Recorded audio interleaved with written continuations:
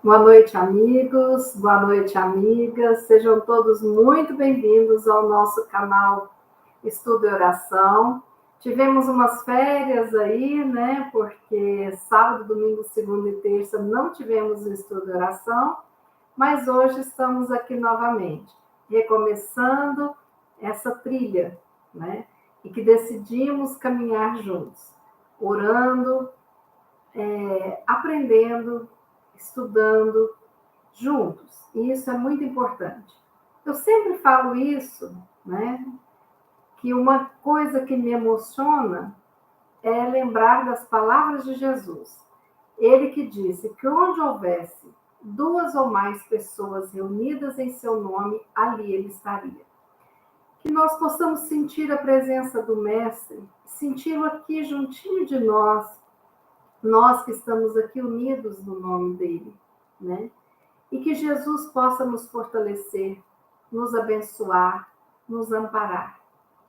Que nesse instante possamos nos esquecer das dificuldades do mundo lá fora e que possamos, juntos, nos conectarmos nessa energia de amor, de paz, de solidariedade, de compreensão.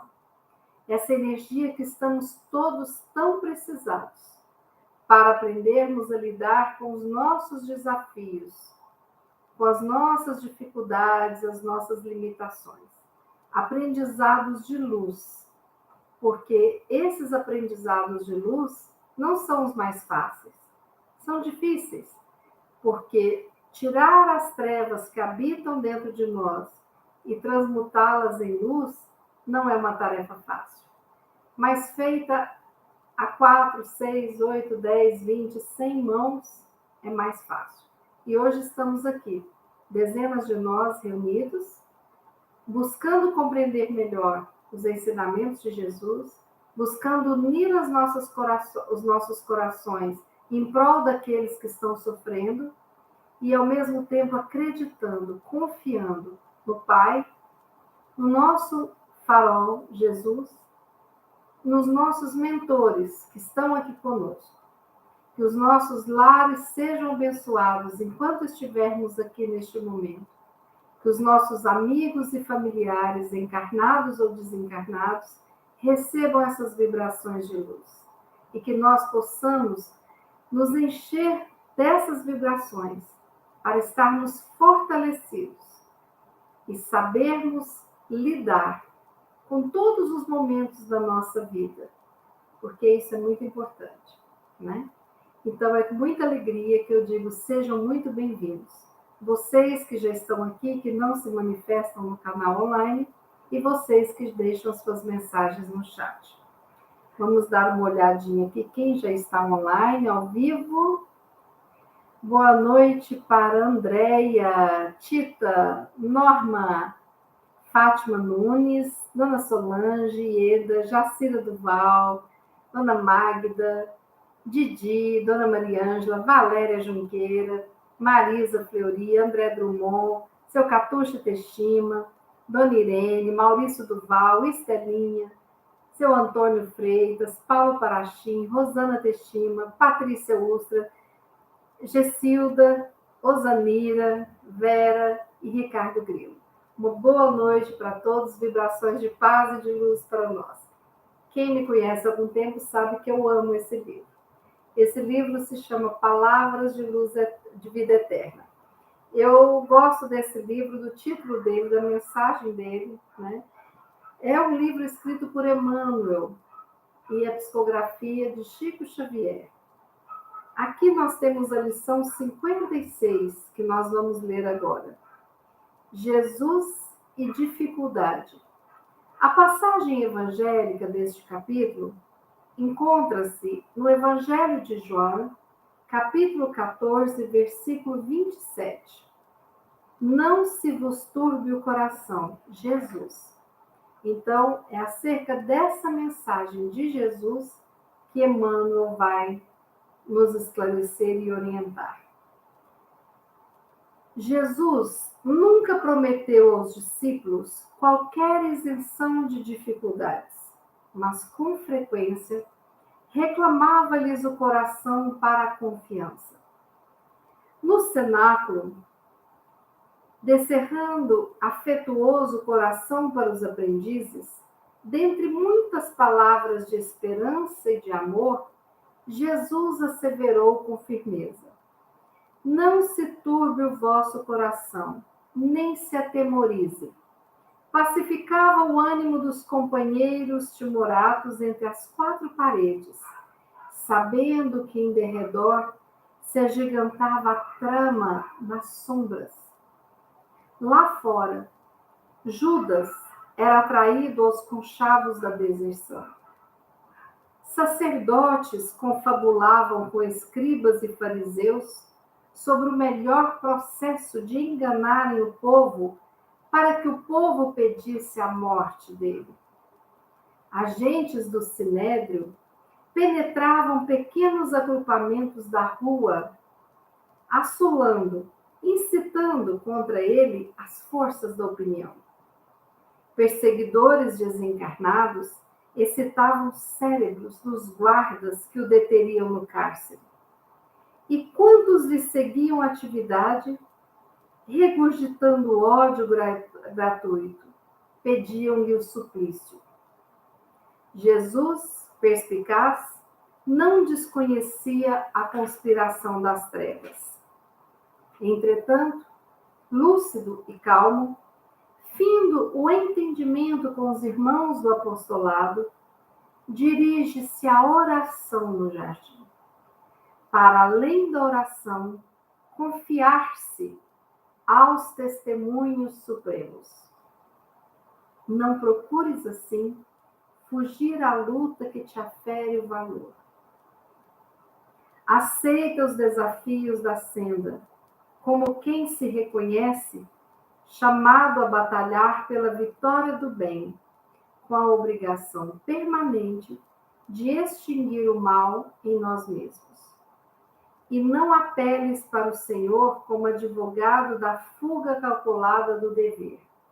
Lembra-te que o Mestre a ninguém prometeu avenidas de sonhos e horizontes azuis na terra, mas sim, convicto de que a tempestade das contradições humanas não poupariam nem a ele próprio, advertiu-nos sensatamente: não se vos turbe o coração. Gente, que mensagem maravilhosa para o dia que nós estamos vivendo na atualidade, né? Nós lembrarmos que Jesus nos chama a confiança e não a fuga do dever. Olha que lembrete maravilhoso esse de Emmanuel.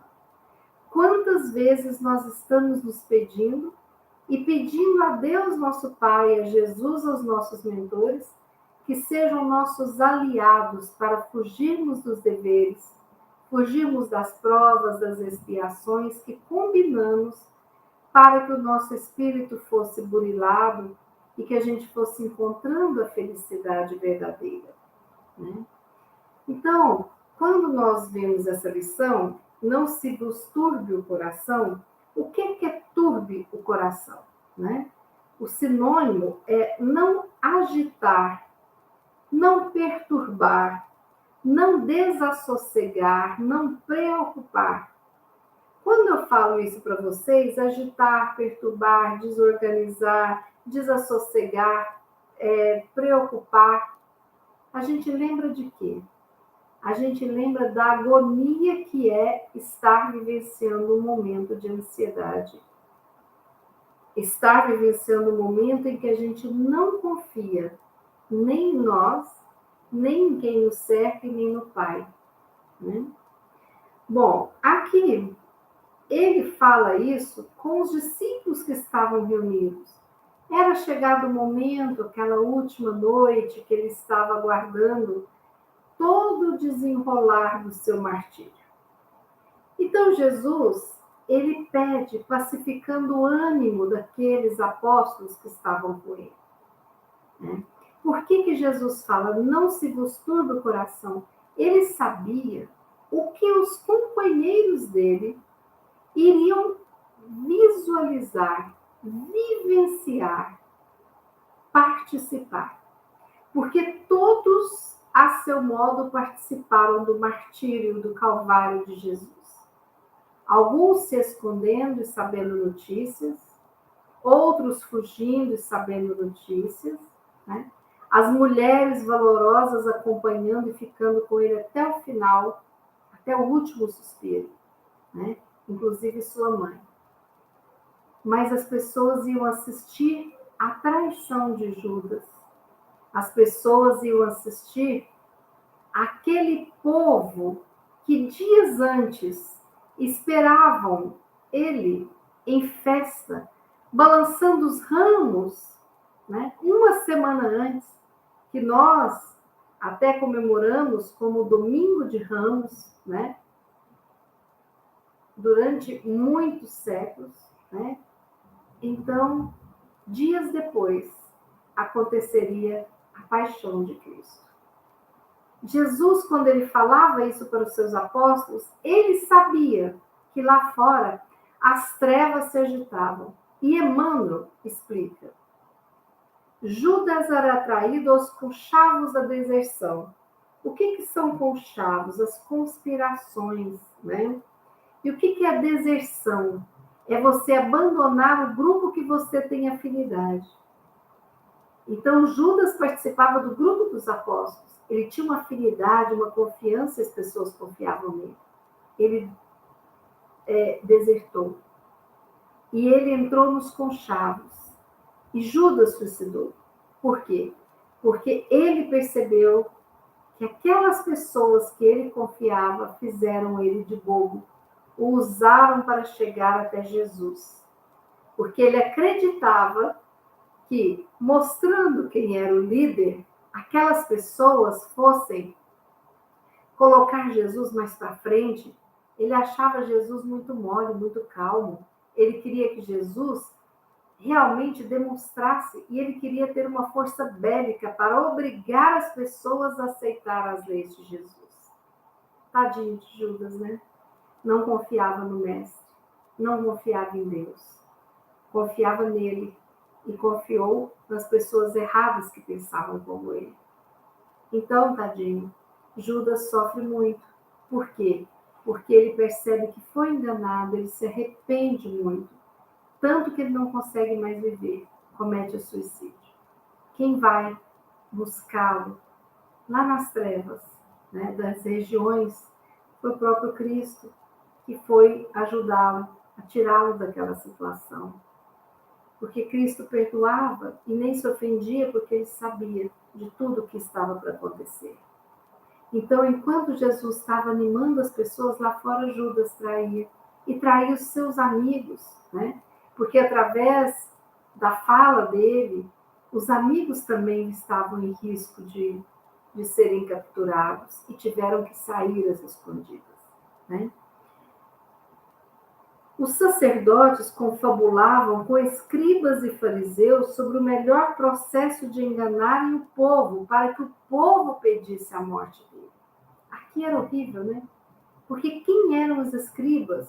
Eram aqueles doutores que entendiam e que falavam sobre a lei ou Torá.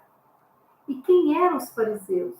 Eram as maiores autoridades judaicas. Aqueles que ficavam com aquelas roupas bordadas em ouro e prata, se destacando da população.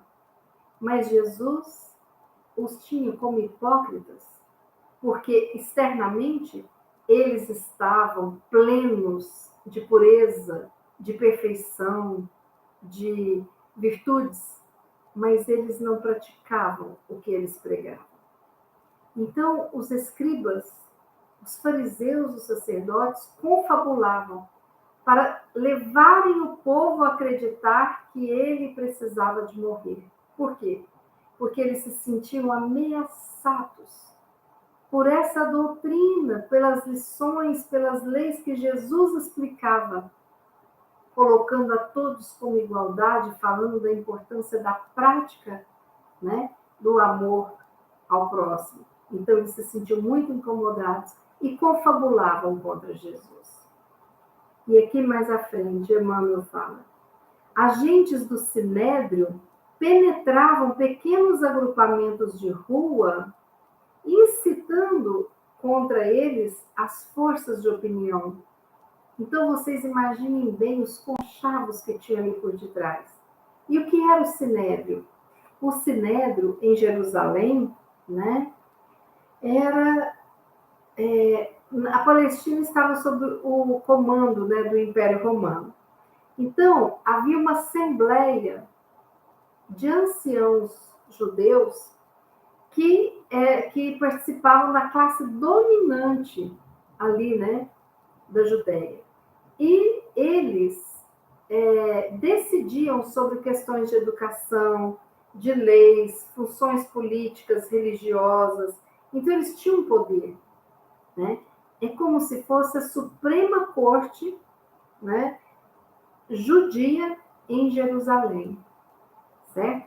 Apesar de terem o domínio romano, existia essa corte dos judeus, né? Eram pessoas ligadas ao Sinédrio que se buscavam infiltrar e jogar o povo contra Jesus, né? Continuando aqui, Emmanuel. Perseguidores desencarnados excitavam o cérebro dos guardas que o deteriam no cárcere, jogando um ódio gratuito para piorar o suplício de Jesus. Então, as trevas desencarnadas também chegaram naqueles guardas que foram muito violentos, para aumentar a violência deles e flagelar covardemente nosso Jesus. Então, tudo isso, aqueles discípulos queridos, né? A sua mãe, as mulheres que faziam parte daquele cristianismo primitivo, iriam presenciar. E é nesse momento que Jesus já cuida dos seus irmãos, porque ele já pede que eles não turbem o coração, mas que tenham confiança no Pai. Por pior que aconteça, tenham confiança no Pai, né? Então, essa história nos remete às dificuldades que todos nós enfrentamos. E Jesus pede o quê? Que nós tenhamos confiança no Pai, né? Ele não quer que a gente haja como aquela historinha que já nos contaram. Não sei se vocês conhecem essa historinha. Diz que uma pessoa estava andando, né, por um local, e nesse local havia precipícios, né, longe. E ele andando, distraidamente, pisou e caiu no precipício. Só que havia um galho de árvore, e ele pegou e segurou o galho de árvore. Aí, ele começou a berrar. Socorro, socorro, alguém aí pode me salvar? Socorro, tem alguém para me salvar? Aí ele escutou aquela voz muito potente que parecia que vinha dos céus. Eu sou o teu Deus. Confia em mim. Solta o galho. Aí ele parou, escutou e gritou: mais alguém aí para me ajudar e ajudar a Deus? Ou seja, não soltou, não confiou e deve ter ficado pendurado na árvore. Então, nós não podemos ter esta atitude para com o nosso Pai, né? De confiar só na palavra, mas não confiar com o coração, né? Então, nós precisamos de ter a confiança daquele garoto, que eu já contei aqui também para vocês. Aquele garotinho que ele sozinho, né, está ali sentado na sala de espera do avião, ele entra sozinho, vai até o seu assento, calmamente, tranquilo, e todo mundo achando encantador aquele garoto de 10 anos, fazer tudo sozinho no avião. Ele pega um livrinho de colorir e começa a colorir o livrinho. E aceita um lanche e tal, e continua a viagem. E todo mundo impressionado, uma gracinha. De repente, aquele voo começa com as turbulências. E balança daqui, balança dali, balança daqui, o menino continua desenhando calmamente. O avião vai, sobe, desce, e ele tranquilo, desenhando ali a sua figurinha. Aí, quando tudo passa novamente, né, uma pessoa do lado fala: meu filho, você não tem medo? Ele falou: não. Por quê? Eu confio no piloto. É o meu pai que está pilotando esse avião.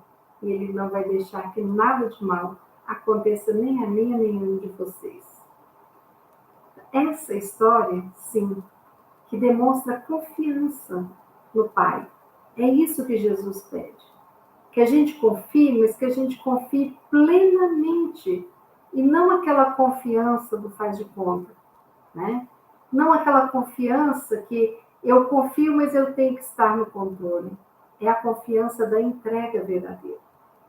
Porque aqui tem uma parte que ele fala uma coisa interessante, Emmanuel. Jesus, ele em nenhum momento, ele promete isenção de dificuldades. Ele fala que o nosso reino não é deste mundo, né? Jesus não promete em nenhum momento que nós não teríamos que ser corajosos. Pelo contrário, ele nos manda ter a coragem, a confiança, a fé no Pai. E olha aqui o que Emmanuel fala, que coisa mais interessante. Que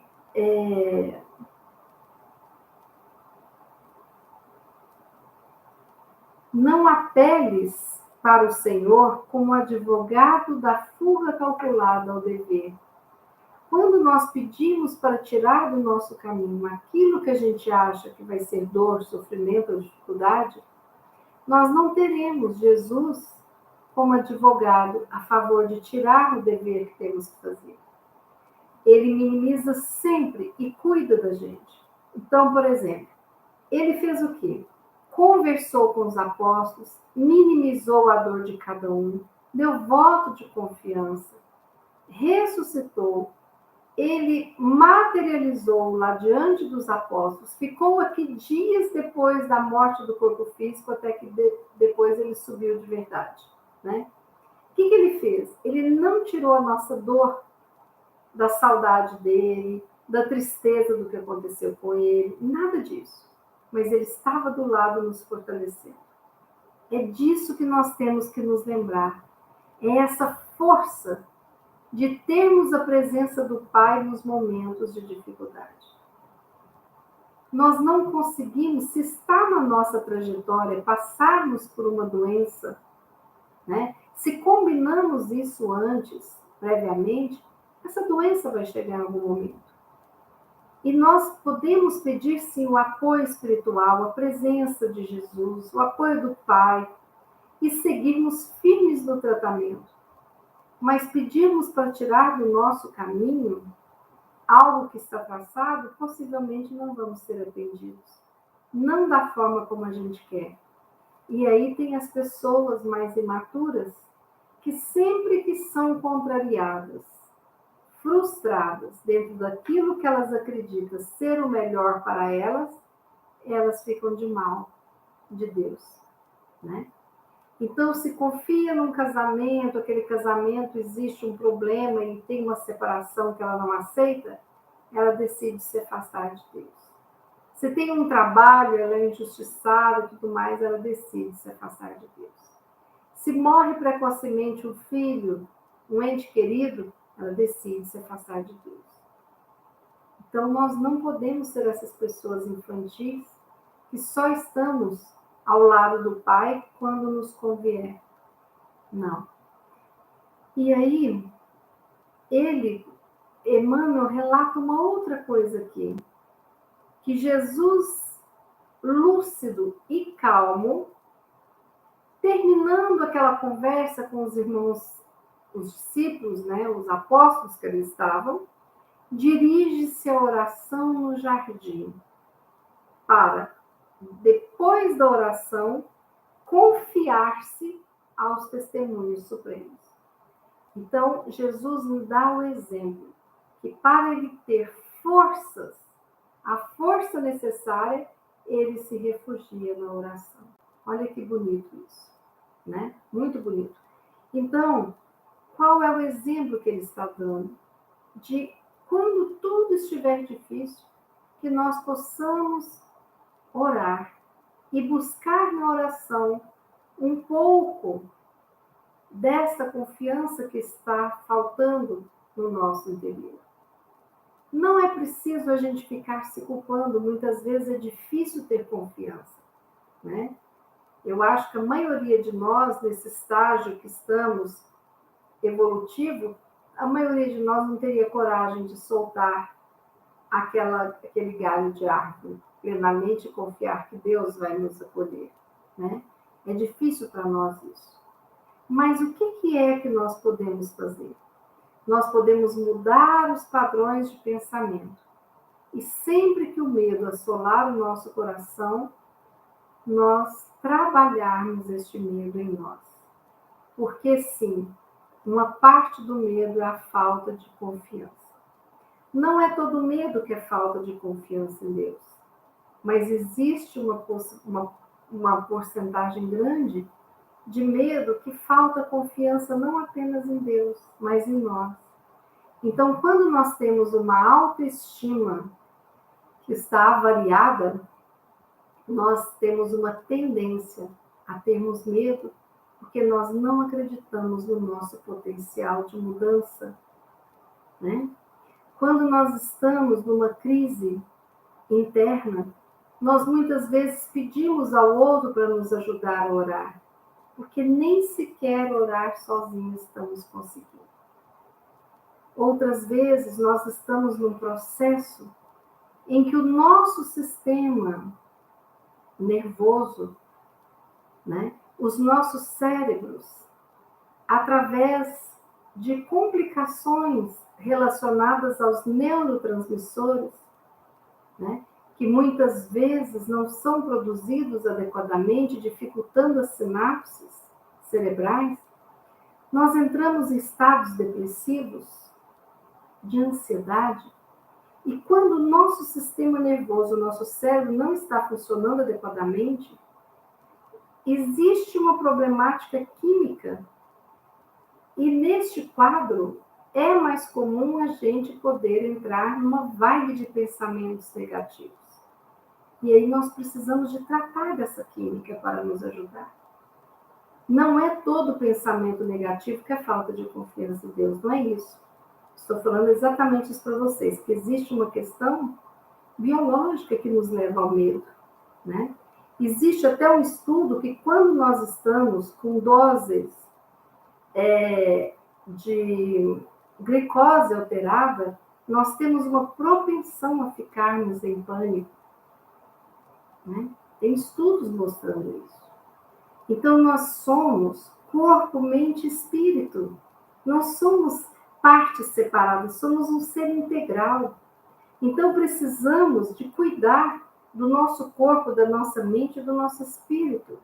Jesus nos traz aqui a necessidade do nosso espírito ter confiança no Pai. Mas também nós sabemos que a saúde física e emocional precisa de estar alinhada para não produzir esses pensamentos que nos levam a uma falta de confiança na vida e nós passamos a ter medo de viver, né? Então, faz parte do nosso processo de tratamento cuidarmos do nosso corpo, da nossa alma, né? Para que nós possamos começar a construir realidades diferentes. Se eu estou medicado, o medicamento puro e simplesmente não vai reverter os meus pensamentos todos, não vai. O medicamento vai facilitar a minha ação positiva no tratamento da minha doença, né? Então, o medicamento é uma ferramenta de auxílio, entende? Assim como a oração é uma ferramenta de auxílio. Porque se eu estiver quimicamente desarranjado, né, todo desorganizado, eu posso orar o dia inteirinho que talvez eu não vá conseguir elaborar os pensamentos saudáveis necessários para construir a minha felicidade. É preciso que eu me entregue verdadeiramente a esse Pai maravilhoso. Mas eu preciso me esforçar para mudar o pensamento. Porque o pensamento é só um pensamento. Ele não é um fato, ele é um pensamento. Quando eu começo a pensar a mesma coisa inúmeras e repetidas vezes, eu estou jogando para o universo, né, uma realidade que existe no meu ser, na minha cabeça. E isso não é fácil. Agora, se eu tenho, né, a noção que eu preciso confiar no Pai, se eu estou me tratando e se eu estou fazendo tudo possível para que a minha autoestima, a minha autoconfiança também esteja bem, aí eu vou superando dificuldades, né? Então aqui, voltando aqui, né, que eu fiz esse parênteses para a gente entender. Que Jesus não prometeu avenidas de sonho e horizontes azuis na terra, mas ele sabia que as contradições humanas eram tempestades que não poupariam nem a ele. E por isso, sabendo que o ser humano é uma contradição, né? E que o ser humano, em alguns momentos, oscilaria essa fé, essa confiança, ele fala, não se vos turbe o coração. Então, que nós possamos lembrar disso e lembrar que nós estamos constantemente sendo cuidados. Não vai acontecer nada que não esteja no meu planejamento reencarnatório, né? A única coisa que não está no meu planejamento reencarnatório são ações e atitudes relativas ao suicídio. Ninguém planeja antes de reencarnar suicidar, não. Mas inúmeras vezes nós planejamos falências, nós planejamos doenças, nós planejamos conhecer pessoas, nós planejamos ter filhos, planejamos nos formar, né? Ou não, né? Em tal faculdade, ou adquirimos uma profissão, um emprego, tem muitos planejamentos. Não é tudo que nos acontece que foi o que planejamos, não. Porque nós, com o nosso livre-arbítrio, muitas vezes nós saímos do planejamento. E o que nós precisamos? De estarmos sempre conectados ao Pai, ao nosso anjo da guarda, para que a gente saia minimamente do nosso planejamento. Por quê? O nosso planejamento reencarnatório é o que há de melhor para nós, né? Eu trouxe aqui um texto que eu gosto muito, da Louise Hay. Eu queria ler para vocês como preparação para a nossa prece. Por quê? Porque nós precisamos de deixar nos nossos corações a chama da confiança no Pai acesa constantemente para nos aquecer. Às vezes nós temos que ir lá e dar um soprinho para ela aumentar, né? Igual uma lareira, né? Então essa chaminha tem que aumentar. Outras horas a gente está tranquila e ela está linda, maravilhosa e grande. Mas são afirmações como essa que eu vou ler para vocês que acendem essa chaminha da lareira, da confiança, da fé. Todos nós podemos trabalhar os nossos medos, as nossas inseguranças, certo?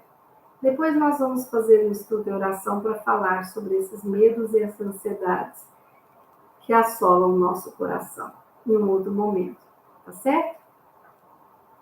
Então, lembrando, a tradução, não se vos turbe o coração, na fala de Jesus, olha que linda essa afirmação.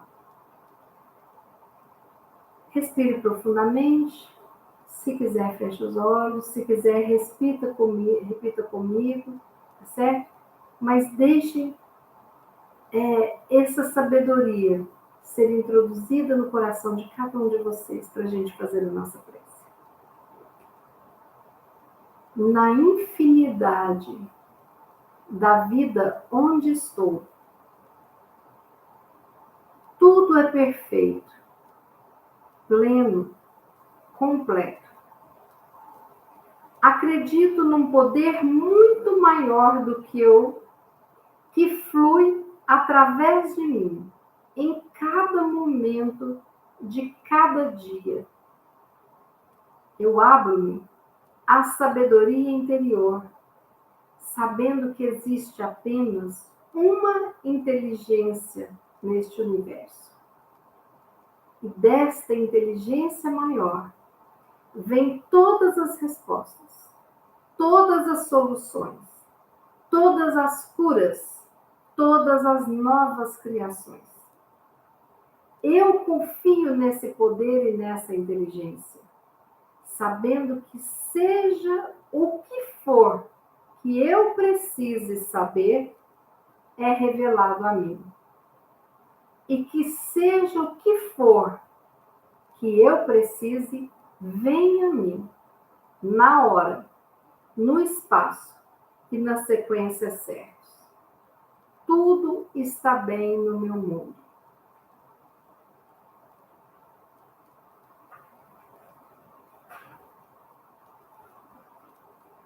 Pai de infinita bondade, nós te agradecemos por este momento em que estamos aqui reunidos em teu nome e em nome de Jesus.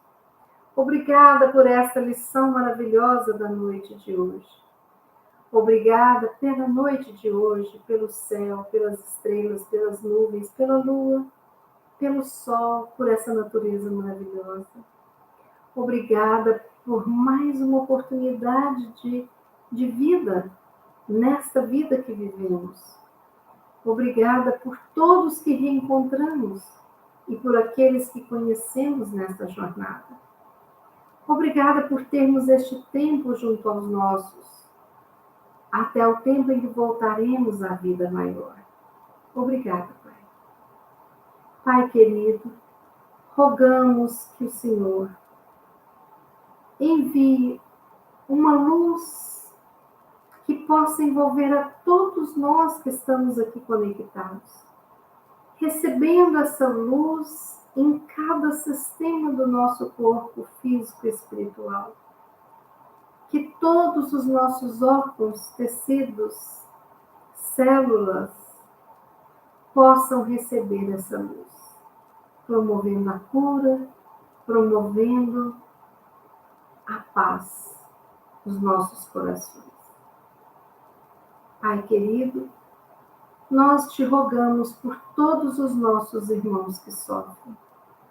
Aqueles que sofrem de solidão, os que sofrem com medo, os que sofrem sem saber para onde ir, aqueles que sofrem a perda dos seus entes queridos, os que sofrem trabalhando uma estima por si mesmo.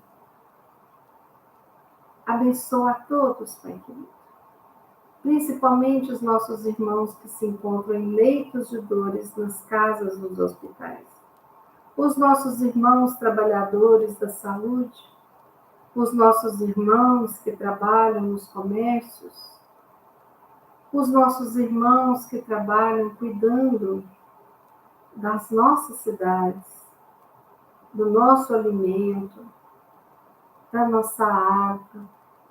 Abençoa a todos, querido Pai. E neste momento de muita gratidão e muita luz nos nossos corações, queremos sentir a presença querida de Jesus, agradecendo as suas lições, o seu cuidado, o seu amor por todos nós, e rogando a proteção de todos os cristãos que lhe seguem os passos, a proteção de todos aqueles que ainda não conseguem ser cristãos nas atitudes, por todos aqueles que professam outras crenças e que continuam trabalhando e evoluindo. Pedimos por todos, Jesus.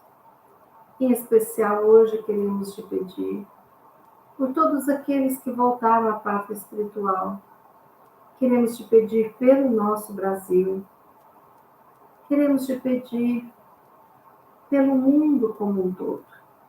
E assim, cada vez mais unidos em pensamentos, orações, que possamos imaginar essa luz imensa envolvendo os nossos lares, envolvendo a nossa cidade, o nosso Brasil, este mundo Terra. E que possamos, sim, sermos conscientes da importância da nossa participação nos processos de aprendizado, de cura e de fortalecimento, para que possamos nós mesmos levarmos aos outros a palavra que conforta, o abraço que consola, o pão que alimenta. Que possamos, Mestre querido, enxergar muito além dos nossos olhos físicos e ouvir muito além dos nossos ouvidos, do corpo, para que assim possamos estar conectados às mais altas vibrações daqueles que cuidam de nós, hoje e sempre. Assim, pedindo que todos nós possamos receber essas bênçãos, este tratamento, que as águas sejam fluidificadas e que todos nós possamos, neste momento, nos colocarmos à disposição para que toda essa energia penetre cada célula do nosso corpo. Assim agradecemos e finalizamos este momento de estudo e oração, dizendo obrigada, Pai. Obrigada, Jesus. Obrigada, Mãe Santíssima. Obrigada a todos os nossos mentores presentes. Obrigada a todos os tratamentos realizados. Obrigada a todos que estão aqui conosco, unidos em estudo e oração. Que assim seja. Pois bem, muito obrigada pelo carinho, pela atenção de todos. Eu peço que quem gostou do estudo, acione e dê o like. Quem não se inscreveu, inscreva-se no nosso canal, acione o sininho para receber as mensagens. Amanhã, 18 horas, estaremos aqui ao vivo novamente juntos para uma nova lição. Sexta-feira também, 18 horas, estaremos aqui juntos, ao vivo. Espero vocês amanhã. Tenha uma quarta-feira, uma noite abençoada, uma quinta maravilhosa. E até amanhã às 18 horas, quando estaremos juntinhos. Se Deus quiser. E como eu brinco, Ele há de querer. Até amanhã, amigos e amigas. Um forte abraço, uma noite maravilhosa para vocês.